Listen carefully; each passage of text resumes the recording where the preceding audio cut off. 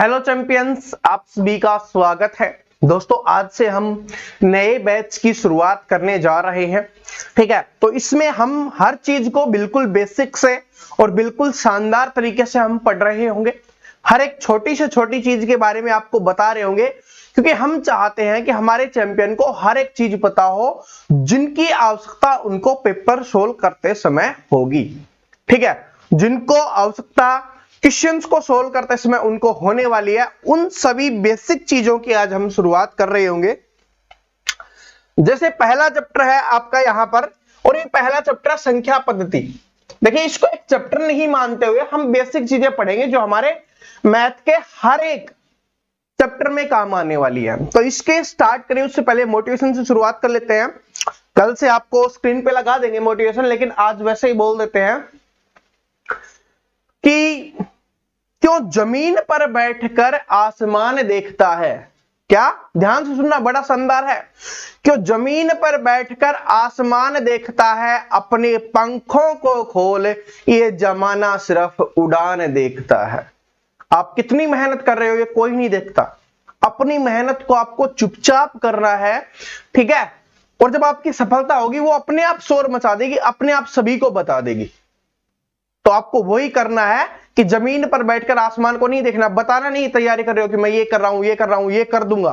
आपको बताना नहीं है, अपने पंखों को खोलना है, सिर्फ आपको पढ़ना है। और आपकी उड़ान, आपकी सफलता है ना, वो जमाना अपने आप देख लेगा। अपने आप आपके पूरे गांव में चर्चा हो जाएगी कि उसका लड़का सिलेक्शन ले लिया, उसकी लड़की ने सिलेक्शन ले लिया। ठीक है, टेंशन मत लो, अब पढ़ो।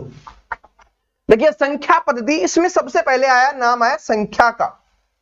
ठीक है, तो संख्या में आपको आता है डिजिट, यानी कि अंक। सबसे पहले अगर हम संख्या लिख रहे होते हैं तो उसमें एक चीज हमारे सामने आती है सबसे पहले, वो क्या होता है? अंक होता है। क्या होता है? अंक होता है, जिसको हम क्या बोलते हैं? डिजिट हम बोलते हैं। ठीक है, अब ये अंक क्या होते हैं?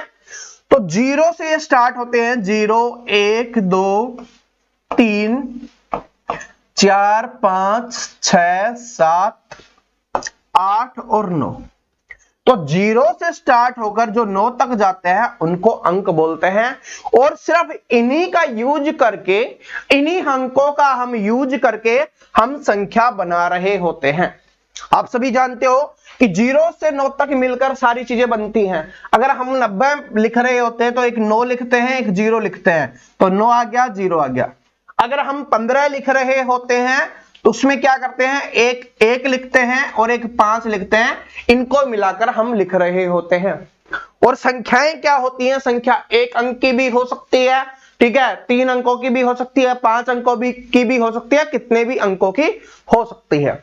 ये बात समझ में आ गई? तो ये बेसिक चीज थी। अब चलते हैं सबसे पहले जो इंपॉर्टेंट है, क्योंकि बहुत सारे स्टूडेंट को नहीं पता होता, और मैंने आपको बताया है कि हम हमारे इस कोर्स में आपको 0 to हीरो बनाने वाले हैं। तो हर एक वो चीज बताने वाले हैं जो आपको कोई नहीं बताता, ना ऑफलाइन कोचिंग में बताया जाता है, ऑनलाइन में तो कोई बताता ही नहीं है। ठीक है, उन चीजों को भी बता रहे होंगे। ठीक है, अब देखिए क्या है। सबसे पहले देखिए इसको देखिए। सबसे पहले क्या लिखा हुआ है कि संख्या लिखी गई है को शब्दों में निम्न प्रकार से लिखते हैं। ठीक है, ये संख्या लिखी हुई है, उसको निम्न प्रकार से लिखते हैं। अब इसमें क्या है? संख्या तो आपको दिखाई दे रही है सभी को।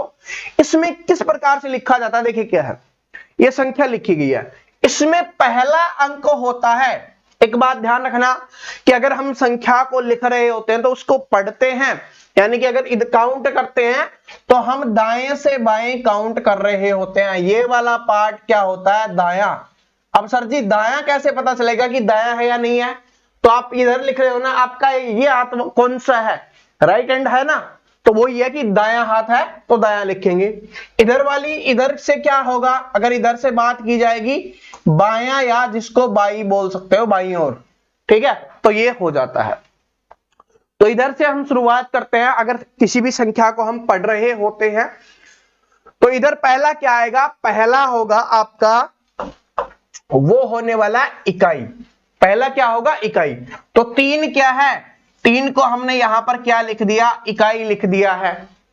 ठीक है, उसके बाद जो दूसरा अंक होता है उसको बोलते हैं दहाई का अंक। क्या बोलते हैं? दूसरे अंक को क्या बोलते हैं? दहाई का अंक। तो दूसरा अंक 4 है, इसको हमने लिखा दहाई का अंक। देखिए बहुत इंपॉर्टेंट है, किस तरीके से इंपॉर्टेंट है अभी आपको पता चल जाएगा, और पता होना चाहिए क्योंकि काम आता है। उसके बाद तीसरे नंबर पे है एक। एक क्या हो जाएगा? सैकड़ा, क्योंकि क्या बोलते हैं? इकाई, दहाई, सैकड़ा। उसके बाद ही स्टूडेंट में कंफ्यूजन शुरू होता है। सैकड़े के बाद अगला है आपका जीरो। जीरो हमने लिखा, क्या हो जाएगा? हजार। इकाई, दहाई, सैकड़ा, हजार। उसके बाद आएगा 10,000, और जो दो वाला अंक होगा वो किस में आ जाएगा? 10,000 में आ जाएगा। अभी इसको छोड़ते हैं पहले 10,000। तो कोई भी अंक अगर लिखा हुआ और हम उसको पढ़ रहे होते हैं तो वो अंक 10,000 काउंट करने पे 10,000 पे आ जाता है। तो इसका मतलब उस अंक को पढ़ रहे होंगे और उस साथ वाली संख्या को भी लिख रहे होंगे। तो 10,000 आया ना, तो 2 और 0, तो 2 और 0 लिखा, तो इसको कैसे पढ़ेंगे? 20,000, क्योंकि अंक किससे पे आ गया? 10,000 पे, और इसके साथ जो अंक दिखेगा उसको हम पढ़ रहे होंगे 20,000। आगे पढ़ेंगे 143। ठीक है, इस तरीके से हम इसको पढ़ रहे होंगे।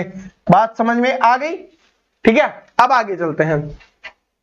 आगे अंक आपका 3, तो 10,000 के बाद आएगा लाख, ये लिखा हुआ लाख। उसके बाद अंक है आपका 4, लाख की क्या बाद क्या आता है? 10 लाख। तो अब इसको पढ़ रहे होंगे तो क्या पढ़ेंगे? 4 और 3 है, तो इसका मतलब इसको पढ़ रहे होंगे 43 लाख। तो देखिए कहां पर है? 43 लाख। ठीक है, 43 लाख है ये, तो यही हमने पढ़ा। उसके बाद इसको और इसको पढ़ रहे होंगे 20,000। 43 लाख 20,000। ठीक है, 43 ये हो गया, लाख ये हो गया, 43 लाख 20,000। 143, 143। इस तरीके से हम इसको पढ़ रहे होंगे। अब आगे पढ़ते हैं। 10 लाख के बाद क्या आएगा? अंक दिया हुआ है 2, तो ये आ जाएगा करोड़ पे, और करोड़ के बाद क्या आएगा? 10 करोड़ पे। तो इसका मतलब जहां पर भी 10 का यूज हो रहा होगा, जिस अंक के, जैसे करोड़ के साथ 10 है, तो हमें क्या पढ़ना है? दो संख्याओं को एक साथ पढ़ना पड़ेगा। क्या होगा? 12, और यहां पर जो लिखा हुआ होगा उसको पढ़ रहे होंगे। तो क्या पढ़ा हमने? 12 करोड़। तो देखिए क्या हो जाएगा, यहां पर क्या लिखा हुआ है? 12 करोड़। उसके बाद 10 लाख है, तो दो संख्याओं को हम पढ़ रहे होंगे। कितना हो जाएगा 12 करोड़ के बाद? 43 लाख, क्योंकि लाख पढ़ना है ना हमें, तो क्या हो जाएगा? 43 लाख। उसके बाद क्या है कि 10,000। 10 की बात आ गई, तो इस संख्या और इस संख्या को साथ पढ़ रहे होंगे, तो कितना हो गया? 20 और 1000, तो कितना हो जाएगा ये आपका? 20,000। उसके बाद 143, एक है ना, तो इसको एक बड़ा, 100 पे है, सैकड़ा पे है, तो सैकड़े को हम 100 बोलते हैं। सैकड़े का मतलब क्या होता है? 100। ठीक है, दहाई का मतलब होता है जिसमें 2 अंक होंगे, इकाई का मतलब होगा 1 अंक होगा। ठीक है, ये जो भी आपका यहां पर दिया हुआ होगा उसको, क्योंकि हमने इसके हिसाब से 0 लिख दिया है। समझ में आ गया? बात समझ में आ गई? तो इसको हम इस तरीके से पढ़ रहे होंगे। ये पढ़ना आ गया ना? इकाई, दहाई, सैकड़ा, हजार, 10,000, लाख, 10 लाख, करोड़, 10 करोड़।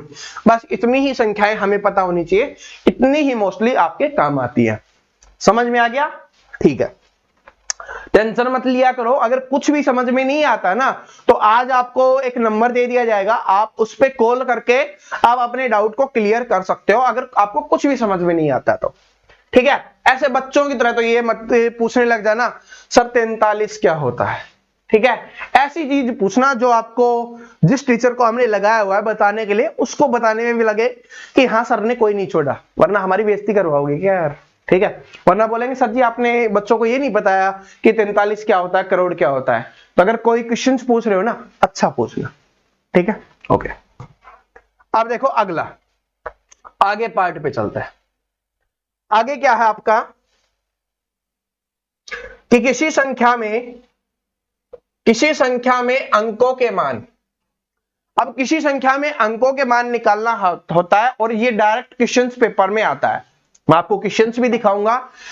तो इसमें क्या है कि किसी भी संख्या के अंकों को हम 2 मान माने जाते हैं। संख्याओं के 2 मान निकलते हैं, एक होता है जातीय मान और एक होता है स्थानीय मान। तो सबसे पहले हम जातीय मान को पढ़ रहे होंगे, जिसको क्या बोला जाता है? Face value. अब याद कैसे रखेंगे कि सर जातीय मान या फेस वैल्यू, क्योंकि कभी कभी डायरेक्ट आ जाता है फेस वैल्यू बताओ, तो ये मत बोलना सर हम तो हिंदी वाले थे तो हमें नहीं पता। याद कर लो कि जातीय मान को फेस वैल्यू बोलते हैं। जाति समझते हो ना, ठीक है, समझते हो गए आप सभी, मतलब कोई नहीं होता लेकिन समझते हो ना। तो क्या होता है, फेस देख के बोला जाता है ना, उसका फेस देख के बता देता हूं मैं वो कौन सी जाति का है, ठीक है। तो वैसा याद करने के, सिर्फ याद करने के लिए, ठीक है, वरना हम सभी एक ही हैं, बस याद करने के लिए, क्योंकि जो समाज में चीज है उससे रिलेट करके हम जल्दी याद कर पाते हैं। हमारा सिर्फ कर्तव्य इतना ही बनता है कि आपको रिलेट करके चीजों को याद करवा दे, ठीक है। आगे देखिए, तो जातीय मान क्या हो जाएगा, आपका फेस वैल्यू हो जाएगी। अब पढ़ो इसको, होता क्या है फिर मैं आपको समझाता हूं कि किसी भी संख्या में अंकों का वह मान क्या है, अंकों का वह मान जो कभी भी नहीं बदलता, अंकों का वो मान जो कभी भी नहीं बदलता, चाहे वह अंक संख्या में किसी भी स्थान पर हो, उस अंक का जातीय मान या वास्तविक मान कहलाता है। तो एक चीज और निकल के आई, क्या, कि जातीय मान को ही वास्तविक मान कहते हैं। इस बात को नोट कर लेना, क्या, कि जातीय मान को ही वास्तविक मान कहा जाता है। यह बात भी आप सभी के लिए इंपॉर्टेंट है कि जातीय मान को ही क्या बोला जाता है, वास्तविक मान बोला जाता है। जैसे हम कोई भी संख्या लिख ले, जैसे हम कोई भी संख्या लिखे, तो हमने लिख लिया यहां पर 567, ठीक है, चलो और बड़ी लिख लेते हैं, ये हमने लिख लिया, ठीक है।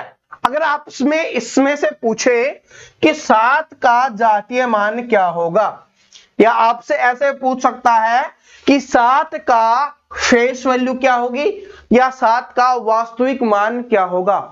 वास्तविक जैसे ही आ जाता है, इसका मतलब समझते हैं ना, वास्तव में यानी रियल में, जो चीज रियल में है वही होगी। तो 7 का आपका जो जातीय मान होगा वो क्या हो जाएगा, 7 ही हो जाएगा। अगर 5 का हमसे पूछेगा तो कितना हो जाएगा, 5। अगर हमसे 6 का पूछेगा तो कितना हो जाएगा, 6। अगर हमसे 8 का पूछेगा तो कितना हो जाएगा, 8। और अगर हमसे 9 का पूछेगा तो वो कितना हो जाएगा, 9। यानी जो संख्या दी हुई हो और जिस संख्या का हमसे पूछा हो, जिस अंक का पूछा हो, वो ही अंक उसका जातीय मान हो जाता है या उसकी फेस वैल्यू हो जाती है। इस बात को नोट करना, जब क्वेश्चंस जो पेपर में पूछा गया है वो अभी मैं आपको सोल्व करवा रहा हूं, तब ये काम आएगा, ठीक है। ऐसा ही कोई चीज नहीं करवाऊंगा, ऐसा नहीं कि हमने बोल दिया कि 0 to हीरो, इसका मतलब कुछ भी बता रहे होंगे। इसका मतलब आपको वो चीज बता रहे होंगे जो आपके पेपर में पूछी जाती है, या पेपर में किसी क्वेश्चंस को सोल्व करने के लिए आपके काम आने वाली है। तो ये बात समझ में आ गया क्या होता है। अब अगले पे चलते हैं। अगला है आपका स्थानीय मान, ठीक है। वो क्या था, जातीय मान, फेस वैल्यू, ये है आपका स्थानीय मान, और इसको क्या बोलेंगे हम, प्लेस वैल्यू। स्थानीय मान, इसको क्या बोलेंगे, प्लेस वैल्यू बोलेंगे। अब देखिए प्लेस वैल्यू क्यों बोलते हैं, प्लेस का मतलब क्या होता है, स्थान। इस तरीके से याद रखेंगे ना, क्या, कि प्लेस का मतलब क्या होता है, स्थान। तो यानी किसी स्थान की बात की जा रही होगी, ठीक है। तो इस तरीके से याद कर लेंगे, हिंदी इंग्लिश वाला रिलेट कर लेंगे। क्या है, पहले इसको पढ़ लेते हैं फिर उसको समझेंगे। कि किसी संख्या में अंकों का वह मान, किसी भी संख्या में, संख्या दी हुई होती है, उसमें अंकों का वह मान जो उसकी विशेष स्थिति के अनुसार बदलता रहता है। यानी कि जहां पर वो अंक है उसके हिसाब से उसका मान बदलता रहेगा। पिछले वाले में क्या था, जातीय मान में क्या था, ठीक है, आपकी फेस वैल्यू में क्या था कि जहां पर है जो अंक है वही आंसर हो गया। लेकिन इसमें क्या है कि उसकी जो स्थिति है, कि किस स्थिति में वो रखा गया है, उसके अनुसार उसका मान बदलता रहता है। उस अंक का स्थानीय मान कहलाता है, ठीक है, वो उसका स्थानीय मान कहलाता है। किसी भी संख्या में इकाई, दहाई, सैकड़ा, हजार, 10,000, जो हमने अभी तक पढ़ा है, लाख, 10 लाख, करोड़, 10 करोड़ आदि स्थानों पर स्थित अंकों का स्थानीय मान निकालने के लिए अंकों में एक इकाई का होगा तो एक, दहाई का होता है 10, सैकड़े का होगा ये, ठीक है, उसके बाद 1000, 10,000, लाख, इस तरीके से आदि से हम गुना करते हैं। अब सर जी ये तो हमने पढ़ लिया, अब बता तो दो होता क्या है, कैसे होगा। चलो इसका ही आंसर दिया हुआ है उसको समझते हैं, ठीक है, कोई क्वेश्चन दिया हुआ है उसी को समझ ले हैं। इसको समझो, ठीक है, इसको समझेंगे बड़ा मजा आएगा।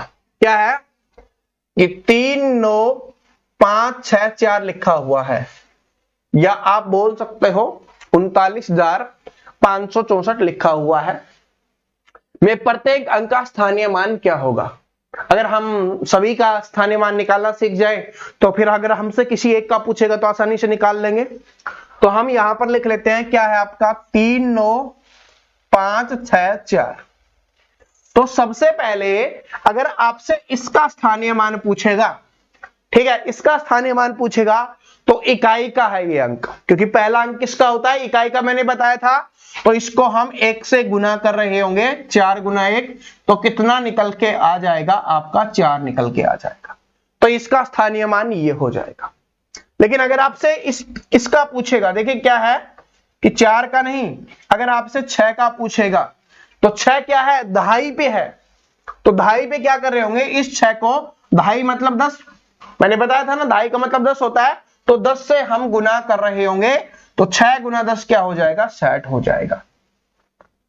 अगर ऐसे भी याद नहीं रहता कि 10 से गुना करना है, 100 से गुना करना है, वैसे तो मैंने बता दिया, लेकिन फिर भी नहीं याद रहता तो मैं आपको बताता हूं। पहले वाली संख्या को 1 से, दूसरे वाली संख्या को 1 के आगे 0 लगा दो, तीसरे वाली संख्या को 1 0 और लगा दो, तो इसको 100 से गुना कर दो, कितना हो जाएगा इसका स्थानीय मान 500।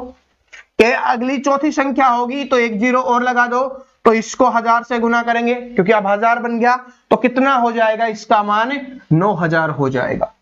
ठीक है, अगर अगली संख्या होगी वो कौन से नंबर पे है, इसमें 1 0 और लगा दो, तो इसको गुना करेंगे 10,000 गुना 3, तो कितना हो जाएगा आपका 30,000 इसका स्थानीय मान आ जाएगा। ठीक है, या इसकी प्लस वैल्यू आ रही होगी। बात समझ में आ गया कि जैसे जैसे पहले को 1 से, दूसरे को 1 के साथ 0, फिर उसके बाद 1 के साथ, यानी पहले में 1 अंक से, दूसरे में 2 अंक से, तीसरे में 3 अंक से, चौथे में 4 अंक से, पांचवें में 5 अंक से।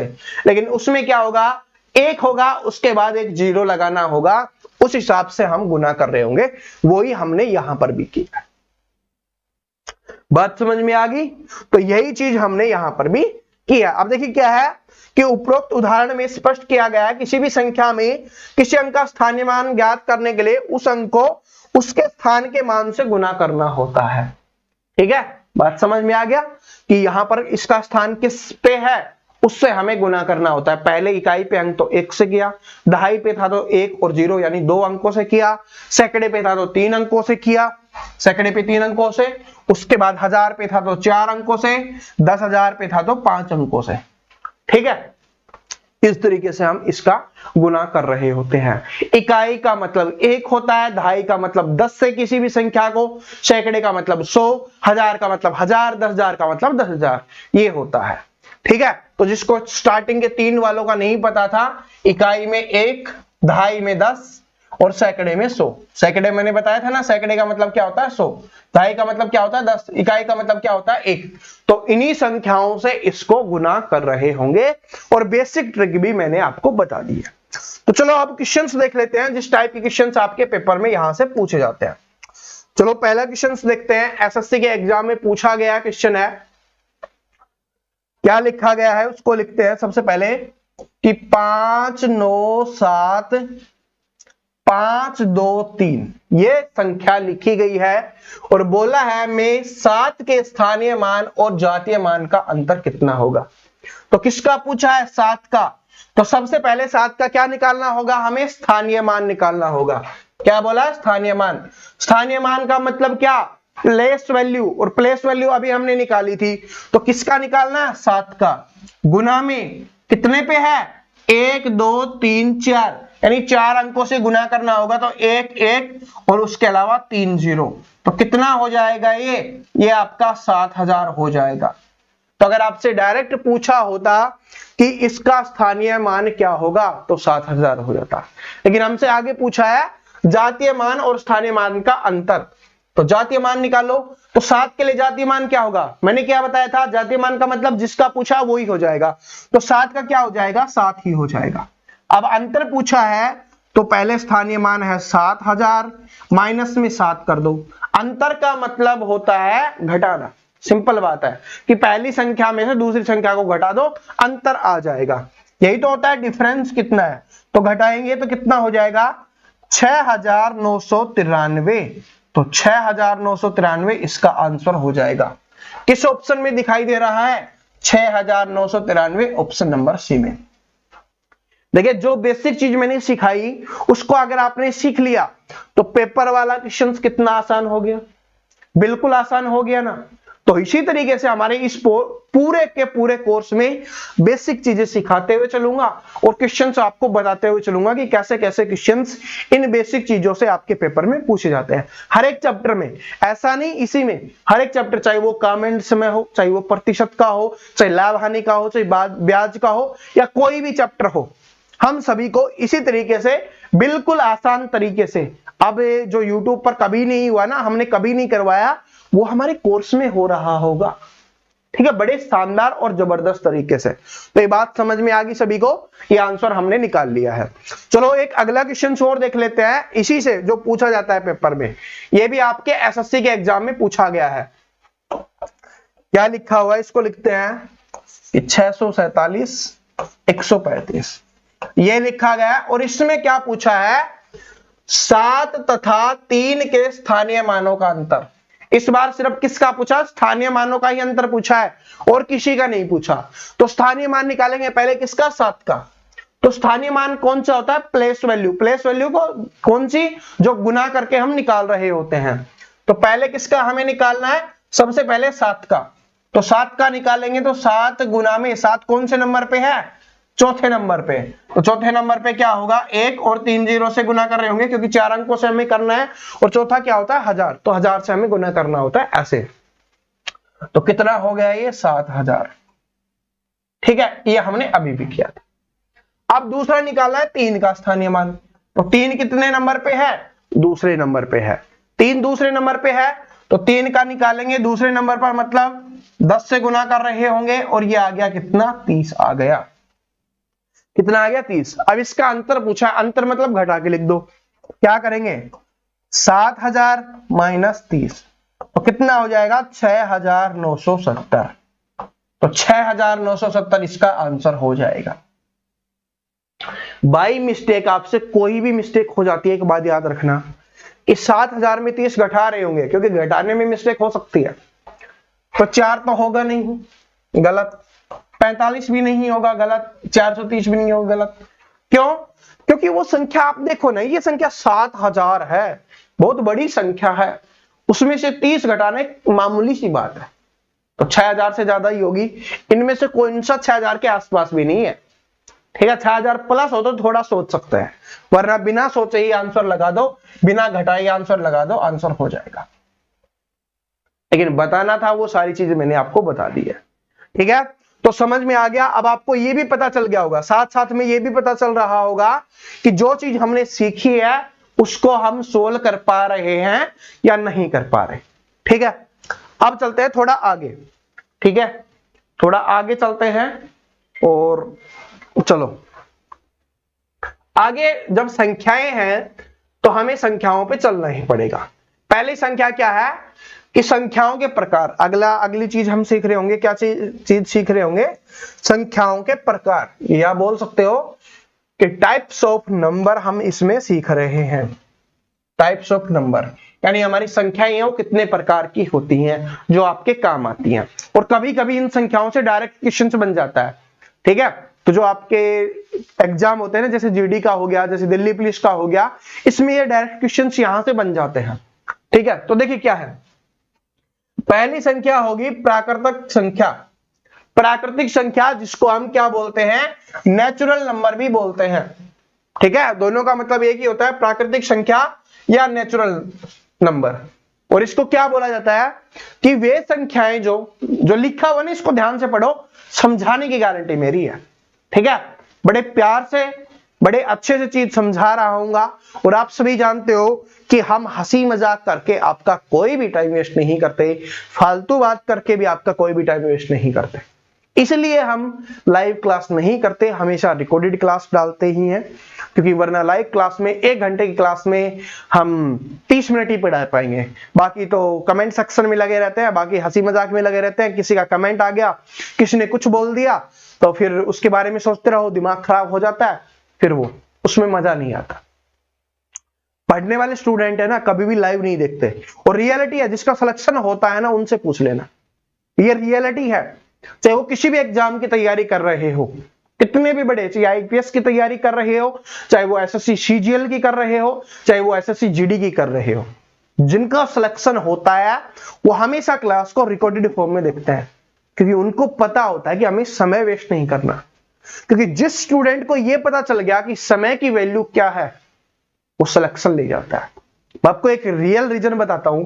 पहले क्या होता था, ऑफलाइन कोचिंग चलती थी, उसमें बहुत सारे लोग जाते थे कि जाएंगे घूम के आ जाएंगे और लगेगा कि पढ़ लिया बहुत, और उनको लगता था कि हमने बहुत पढ़ लिया, क्योंकि वो सुबह 6-7 बजे तैयार हो रहे होते थे, शाम को आ रहे होते थे। लेकिन उनको ये नहीं पता कि वहां जाने पर लगभग 2 से 3 घंटे उनके वेस्ट हो गए, आने में 2 से 3 घंटे वेस्ट हो गए, क्योंकि तैयार भी होना होता है, ठीक है, बस का भी वेट करना होता है, काफी चीजें होती है। 4-5 घंटे तो उनके वैसे ही बर्बाद हो जाते थे। उनको लगता था हमने बहुत पढ़ लिया। और अगर जो टीचर पढ़ाता है उसका मतलब वो ही नहीं, उसके बाद जो प्रैक्टिस कर रहे होते हैं वो होता है पढ़ाई। टीचर पढ़ा रहा है, उसको आप बोल सकते हो कि हमने सीखा है, पढ़ा नहीं है, पढ़ेंगे अब, और जो हमने सीखा है उसको हम सोल्व कर रहे होंगे, उसको बोला जाता है पढ़ाई। ठीक है, तो देखो क्या है कि वो संख्याएं जो वस्तु की गणना करने में प्रयुक्त की जाती हैं प्राकृतिक संख्याएं कहलाती हैं। तो ये प्राकृतिक संख्याएं क्या होगी, जैसे 1, 2, 3, 4, इस तरीके की जो हमारी संख्याएं होती हैं जो लगातार आगे बढ़ती हुई जाती है, उन संख्याओं को प्राकृतिक संख्या बोलते हैं। देखिए इसमें जीरो नहीं होता। क्यों नहीं होता, मैं आपको बताता हूं। क्योंकि प्राकृतिक संख्याओं का मतलब अभी हमने क्या पढ़ा कि वो संख्याएं जिससे हम गणना करते हैं। गणना का मतलब होता है किसी चीज को गिनना। अगर हम किसी चीज को गिनते हैं उसको बोला जाता है गणना करना। तो आप किसी चीज को क्या करोगे, जीरो गिनोगे? नहीं। जैसे पानी की बोतल है तो इसको क्या जीरो गिनोगे? नहीं गिनेंगे ना, क्या बोलेंगे? 1। तो इसका मतलब किसी भी संख्या को या किसी भी चीज को हम गिन रहे होते हैं तो उसको हम 1 से शुरू कर रहे होते हैं। तो इसमें जीरो है वो इंक्लूड नहीं होता, यानी इसको जीरो में नहीं गिनते। तो बात समझ में आ गया। तो अगर आपसे पूछेगा कि प्राकृतिक संख्याएं क्या होती हैं, नेचुरल नंबर्स क्या होते हैं, तो आप बता दोगे कि जो जीरो से नहीं शुरू होता, 1 से शुरू होता है और आगे चलता हुआ जाता है 100, 1000, 10,000, लाख, 10 लाख, करोड़, इस तरीके से अंत तक चलता रहता है। ठीक है, उसको बोला जाता है नेचुरल नंबर। और आप सभी जानते हो ना ये जीरो होता है ना इसमें नेगेटिव होता है। नेगेटिव भी नहीं होता, यानी -1, -2 ये भी नहीं होते हैं ये चीज, क्योंकि किसी संख्या को हम माइनस में नहीं गिन सकते। फिर पानी की बोतल दिखाऊंगा वरना मान जाओ। ठीक है, मान गए ना, अच्छे स्टूडेंट हो, मान जाते हो। तो सर जी जिसमें जीरो आए, जिसमें माइनस वाले आए, उनको क्या बोलते हैं? क्योंकि वो भी तो संख्याएं हैं। ठीक है, अभी बताते हैं, टेंशन मत लो। अब इसमें कुछ इंपॉर्टेंट है, देख लो कि शून्य यानी आपका जीरो है, प्राकृतिक संख्या नहीं माना जाता, क्योंकि किसी भी वस्तु की गणना 1 से प्रारंभ करते हैं। बात समझ में आ गया। और सभी प्राकृतिक संख्याएं क्या होती है? धनात्मक होती हैं। धनात्मक का मतलब क्या होता है? पॉजिटिव नंबर होते हैं। अभी मैंने बताया ना कि -1, -2 ये वाले नहीं होते, सारे के सारे क्या होते हैं? पॉजिटिव नंबर होते हैं, यानी प्लस वाले आपके हो रहे होते हैं। बात समझ में आ गया? ठीक है, समझ में ही आना चाहिए। क्या है कि समझ में ही आना चाहिए। अब दूसरे पे चलते हैं। सर जी जीरो तो इंक्लूड कर लो, करते हैं, अभी जीरो को इंक्लूड करते हैं। अगला क्या आ गया? पूर्ण संख्याएं, या पूर्ण संख्याओं को क्या बोला जाता है? Whole numbers. यानी होल नंबर्स हैं उन्हीं को पूर्ण संख्या, वो इंग्लिश में हो गया, वो हिंदी में। तो याद रखना, पूर्ण संख्या और होल नंबर। तो जैसे नाम पढ़ने से समझ में आ रहा है, इंग्लिश में पढ़ो चाहे हिंदी में, होल यानी पूरा, और पूर्ण का मतलब भी क्या होता है? पूरा। ऐसी संख्याएं जिसमें पूरी संख्याएं हो उसको क्या बोलेंगे? उसको हम पूर्ण संख्या या होल नंबर बोलते हैं। और उसमें कौन कौन सी संख्याएं आ जाएंगी? तो वो होंगी आपकी 0, 1, 2, 3, 4, 5। ठीक है, इस तरीके से ये चल रही होंगी। तो इसमें जीरो है वो आपका इंक्लूड होता है, यानी इसमें हम जीरो को भी काउंट कर रहे होते हैं। नेचुरल नंबर में कुछ नहीं होता, 1 से शुरू होता है, ना जीरो होता है ना नेगेटिव होता है। लेकिन जो होल नंबर होता है या पूर्ण संख्याएं होती हैं वो 0 से शुरू हो रही होती हैं। ठीक है, बात समझ में आ गया। लेकिन इसमें भी नेगेटिव वाला नहीं होता है। ठीक है, पूर्ण संख्याएं, पूरी संख्याएं, तो जिसमें 0 और 9 से बनता है ना, प्लस वाले से, वो सारी संख्याएं आ रही होती हैं। 0 1 2 3 4 5 6 7 8 9 मैंने आपको स्टार्टिंग में बताया था। उनसे प्लस में जितनी भी संख्याएं बन रही होती हैं वो सारी की सारी पूर्ण संख्याएं होती हैं, ठीक है। और एक बात और नोट कर लेना, सारी के सारे नेचुरल नंबर्स हैं वो पूर्ण संख्याएं होती है, लेकिन सारे के सारे पूर्ण संख्याएं नेचुरल नंबर नहीं होती हैं, यानी प्राकृतिक संख्याएं नहीं होती हैं। क्यों नहीं होती? क्योंकि उनमें जीरो नहीं होता, और ये डायरेक्ट पेपर में पूछा जाता है, ठीक है। काफी बार पूछा गया, कैसे कि क्या नेचुरल नंबर पूर्ण संख्याएं होती हैं? बिल्कुल, सारी की सारी जो नेचुरल नंबर है वो पूर्ण संख्याएं होती हैं, लेकिन सारी की सारी पूर्ण संख्याएं हैं वो नेचुरल नंबर नहीं होती हैं, क्योंकि जीरो के कारण, ठीक है। चलो आपको कुछ हिंट भी दिखा देता हूं, इसमें नहीं है, अगले पेज में दिख जाएंगी, कोई बात नहीं है, ठीक है। बात समझ में आ गया? उनको आपको नोट कर लेना है। अब चलते हैं, सर जी अब 0 बता दिया, 1 2 3 बता दिया, अब तो हमारा माइनस वाले बता दो। चलो ठीक है, बताते हैं। क्या हो गया? तीसरी है आपकी पूर्णांक, जिसको पूर्णांक बोलते हैं, नाम से समझ आ रहा है। पूर्णांक मतलब पूरे के पूरे अंक, चाहे कैसे भी अंक हो, पूर्णांक यानी पूरे अंक। उसमें क्या था? पूर्ण संख्याएं, जो संख्याएं पूरी हैं, जिनको प्लस में या जीरो होता है उसको मानते हैं। पूर्णांक का मतलब पूरे अंक, जिसमें सभी प्रकार के अंकों को हम इंक्लूड कर रहे होते हैं, उसको हम क्या बोलते हैं? पूर्णांक बोलते हैं, या इंग्लिश में जिसको इंटीजर्स बोला जाता है, ठीक है। तो पूर्णांक क्या हो जाएगा? इंटीजर्स। क्या है? कि सभी पूर्ण संख्याएं तथा उनकी ऋणात्मक संख्याएं पूर्णांक कहलाती हैं, यानी सारी की सारी पूर्ण संख्याएं। तो पूर्ण संख्याएं हमने पता की थी कि 0 1 2 3 4 5 6 7 8 होता है वो, और उनकी ऋणात्मक, ऋणात्मक का मतलब क्या होता है? देखिए, ऋणात्मक का मतलब क्या होता है? धनात्मक का मतलब मैंने बताया था प्लस वाले नंबर, ऋणात्मक का मतलब होता है माइनस वाले नंबर। तो उसके सारे माइनस वाले नंबर है वो क्या हो जाएंगे? पूर्णांक हो जाएंगे। तो देखिए 0 से 1 2 3 4 5 ये प्लस में चल रहा है, और 0 से ये माइनस में भी होगा, तो जिसमें माइनस वाले, प्लस वाले और जीरो भी इंक्लूड होता है, उसी को हम क्या बोल रहे होते हैं? उसी को हम पूर्णांक बोल रहे होते हैं, ठीक है। बात समझ में आ गया? तो प्लस वाले भी, माइनस वाले भी और जीरो भी, तो उसको याद रख लेना, उसको क्या बोला जाएगा? इंटीजर्स। इंटीजर्स में दो प्रकार के होते हैं, एक होता है पॉजिटिव इंटीजर और एक होता है नेगेटिव इंटीजर। अब क्या हो जाएगा पॉजिटिव और नेगेटिव? पॉजिटिव को हिंदी में बोलेंगे घन पूर्णांक, यानी प्लस वाले, तो इसमें प्लस वाले आ रहे होंगे। ऋण पूर्णांक यानी नेगेटिव इंटीजर, और इसमें नेगेटिव वाले आ रहे होंगे। बस इतना ही है, बाकी इसमें कुछ समझने वाला नहीं है। लेकिन यहां पर आपको ध्यान देना है कि शून्य न तो घन पूर्णांक है और न ही ऋण पूर्णांक है, ठीक है। ये बहुत इंपॉर्टेंट चीज है। क्या है? कि जो शून्य होता है, यानी कि हमारा जो जीरो होता है, उसको ना तो हम घन पूर्णांक में कर रहे होंगे, यानी ना तो वो पॉजिटिव इंटीजर में होगा, ना ऋण पूर्णांक में, यानी ना नेगेटिव इंटीजर में होगा। क्योंकि प्लस वाली संख्याएं, 1 से लेकर प्लस वाली संख्याएं वो पॉजिटिव में हो जाएंगी, -1 से संख्याएं वो नेगेटिव में हो जाएंगे, जीरो अपना बच गया। तो वो जीरो ना तो घन पूर्णांक में है, ना ही आपका ऋण पूर्णांक में है, लेकिन पूर्णांक में आता है, ठीक है।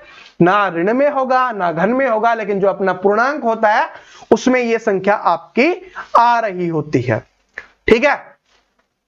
अब चलते हैं अगली टाइप की, और जिसमें स्टूडेंट को काफी कंफ्यूजन होता है। वो कौन सी संख्या है? वो अपनी है प्रीमेय संख्या, या जिसको हम रैशनल नंबर बोलते हैं। क्या? प्रीमेय संख्याएं या रैशनल नंबर बहुत ज्यादा परेशान करते हैं स्टूडेंट को, लेकिन आज आपका डाउट मैं क्लियर करने वाला हूं। पहले पढ़ लो कि वे सभी संख्याएं जिन्हें P अपॉन Q के फॉर्म में लिख सकते हैं, Q does not equal to 0 के रूप में व्यक्त किया जा सकता है, प्रीमेय संख्याएं कहलाती हैं। इसका मतलब क्या है कि संख्या प्लस की हो माइनस की हो उससे हमें कोई फर्क नहीं पड़ता, बस संख्या होनी चाहिए। लेकिन कैसी संख्या होनी चाहिए? जिस संख्या को हम P बटे Q के फॉर्म में लिख सके। P बटे Q के फॉर्म में लिखने का मतलब, ये तो इसमें लिखा हुआ है, फिर हमने क्या समझाया? P बटे Q के फॉर्म में लिखने का मतलब होता है जिस संख्या को हम बटे में लिख सकते हैं। जैसे देखिए 2 है, इसके बटे में कुछ भी नहीं है, लेकिन आप जानते हो कि इसके बटे में क्या होता है? 1 होता है, ठीक है। जैसे 4 हो गया, इसके बटे में कुछ नहीं है, लेकिन इसके बटे में 1 होता है, तो हमें लिखने की आवश्यकता नहीं पड़नी चाहिए, हमें पता है क्योंकि है इसके नीचे। तो इसका मतलब P बटे Q की फॉर्म में हो गया, ऊपर वाला P हो जाएगा, नीचे वाला Q हो जाएगा, यानी कि हमें किस फॉर्म में लिखना हो, बटे के फॉर्म में जिसको लिख सकते हैं उसको हम क्या बोलते हैं, प्रीमेय संख्या, या उसी को हम रैशनल नंबर बोलते हैं। लेकिन इसमें एक कंडीशन होती है, और वो कंडीशन क्या है कि q does not equal to 0।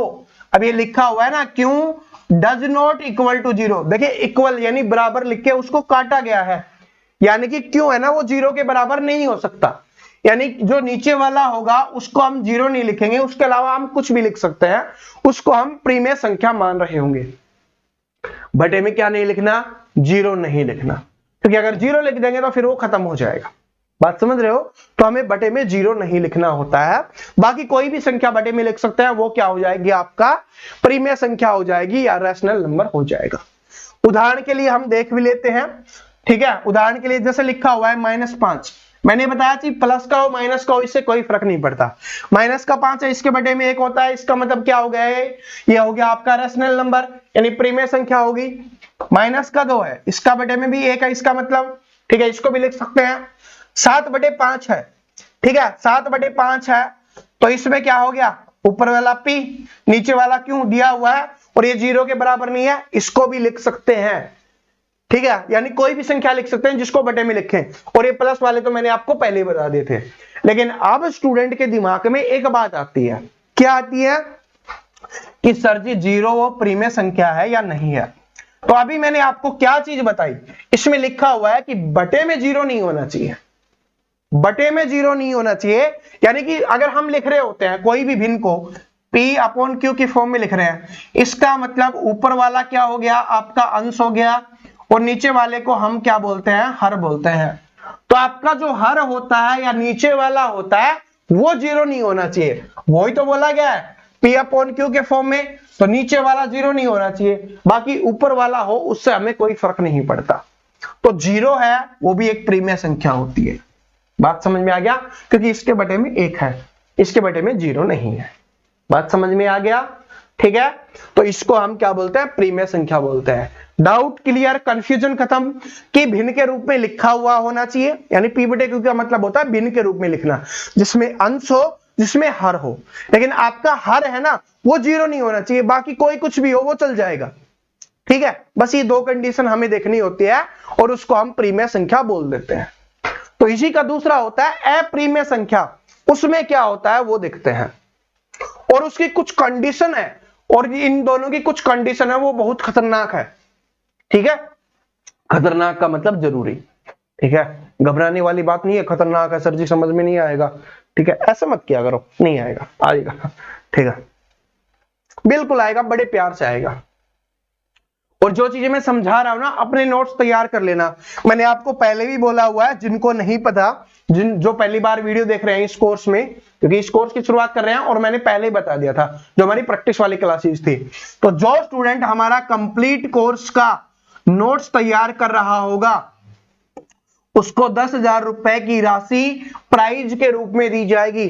अब प्राइज नहीं पता तो उपहार के रूप में दी जाएगी, यानी उसको गिफ्ट के रूप में दी जाएगी।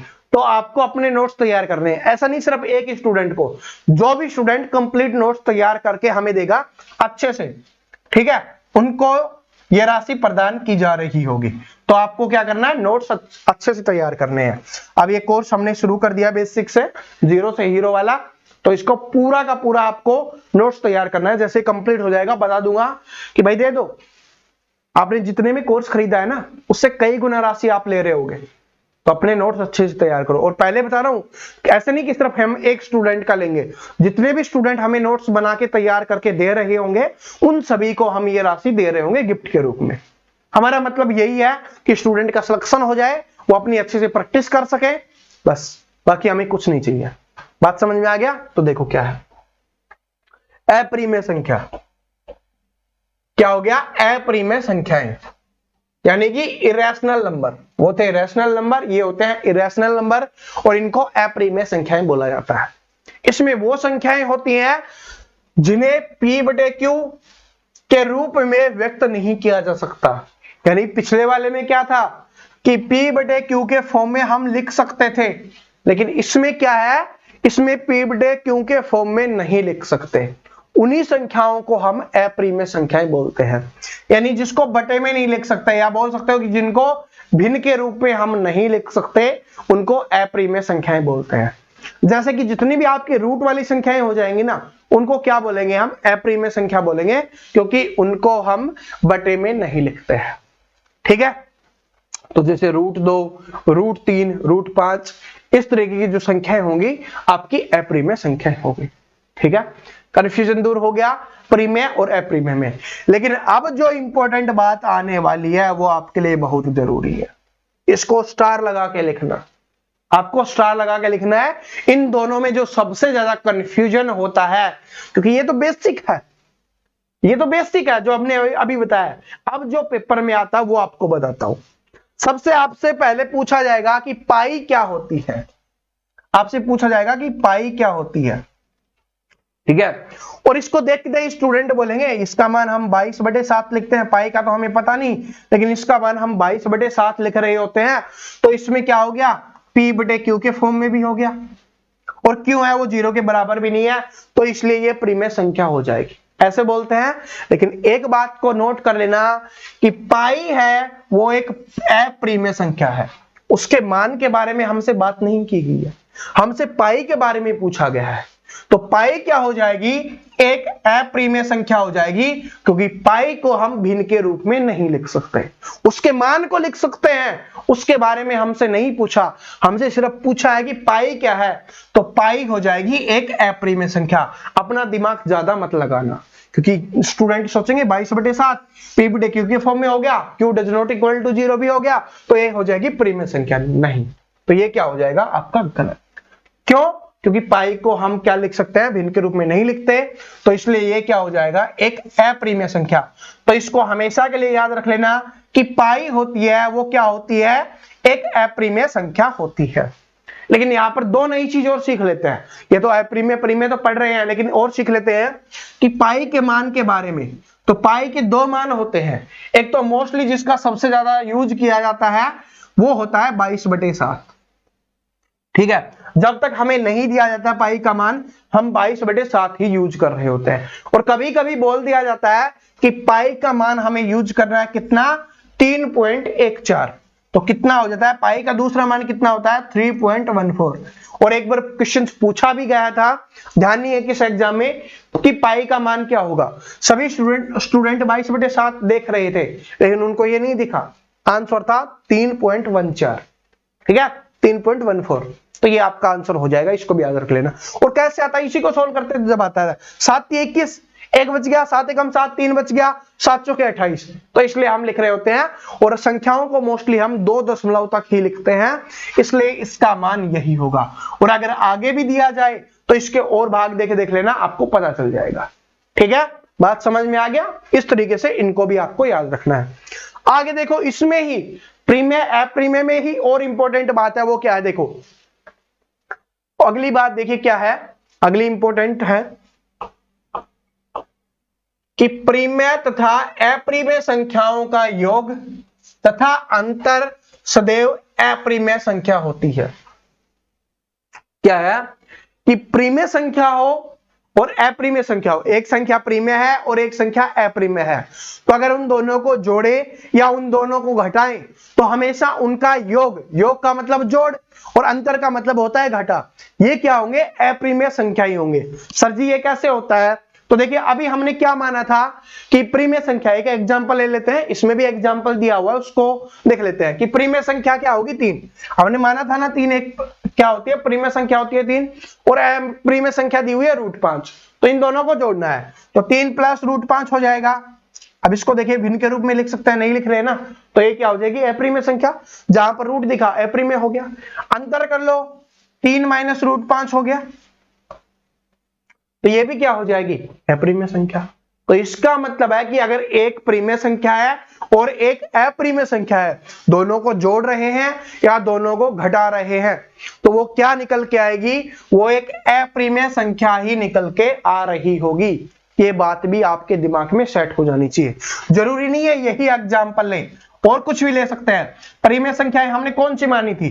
5 प्लस में √10,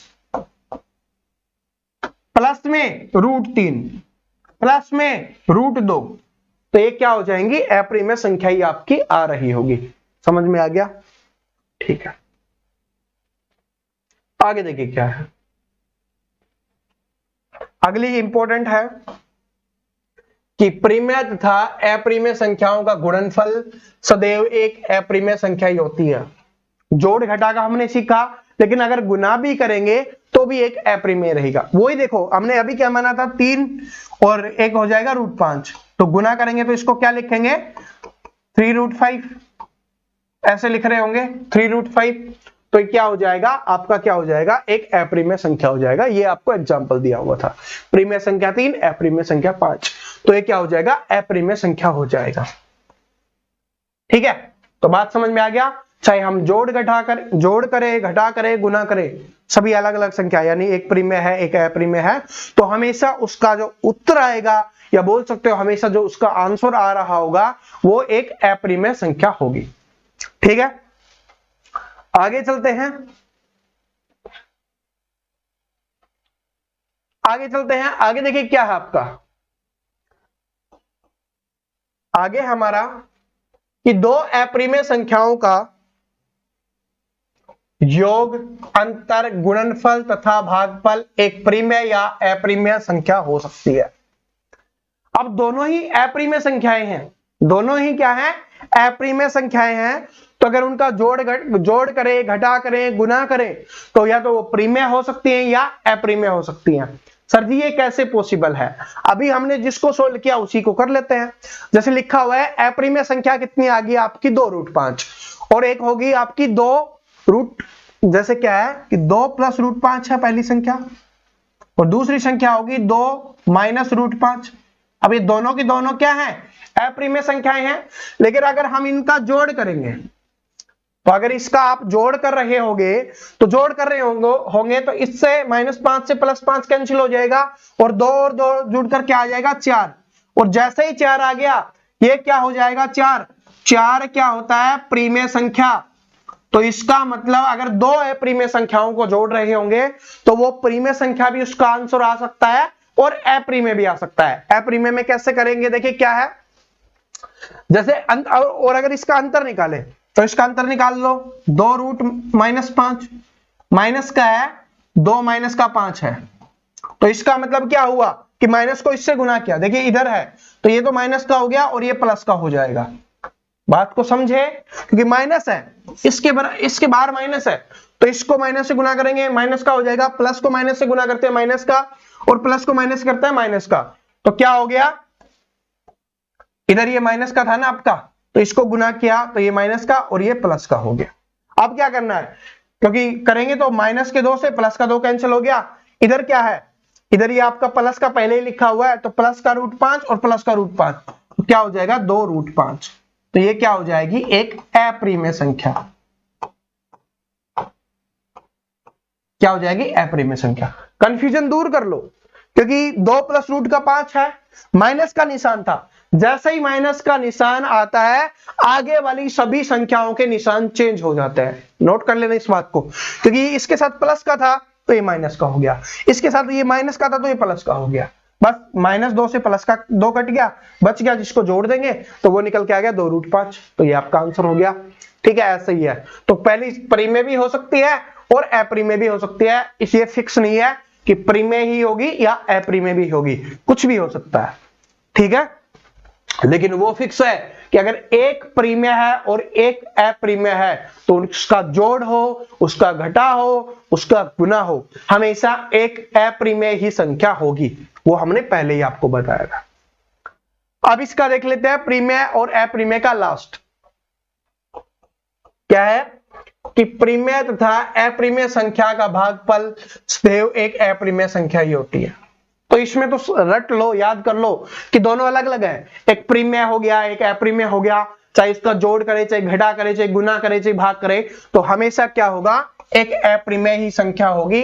एग्जाम्पल आप यहां पर देख सकते हैं। ठीक है, तो ये क्या हो जाएगा, अप्रीमेय संख्या। समझ में आ गया, बस। अब चलते हैं अगली संख्या पे। ठीक है, अब चलते हैं अगली पे, और अगली संख्याएं हैं वो हम अगली क्लास में पढ़ रहे होंगे, आगे की क्लास को हम अगली क्लास में कंटिन्यू रखेंगे, क्योंकि अभी बहुत सारी चीजें हमने सिखा दी हैं। पहले ही क्लास है और इतनी सारी चीजें एक ही क्लास में सिखा देंगे ना, तो फिर कंफ्यूजन बहुत ज्यादा पैदा हो जाएगा। तो जितना हमने पढ़ाया है उसको आपने नोट्स तैयार करना, और नोट्स तैयार करके आज ही इसको रिवीजन कर लेना, क्योंकि दोबारा मौका नहीं मिलेगा, क्योंकि बेसिक चीजों को रिवीजन करने का मौका दोबारा नहीं मिलता है। और बेसिक चीजें अगर आपको पता नहीं होंगी तो आपको आगे वाली चीजों जो आने वाली हैं, जैसे क्वेश्चन होंगे, सवाल होंगे, अलग अलग टाइप की चीजें होंगी, तो उनको सोल्व करने में आपको प्रॉब्लम आ रही होगी। तो आपको क्या करना है, सबसे पहले इन सभी को बड़े अच्छे से अपने दिमाग में सेट कर लेना है। क्यों? क्योंकि हमें क्या बनना है, हमें चैंपियन बनना है। हमें क्या बनना है, हमें चैंपियन बनना है।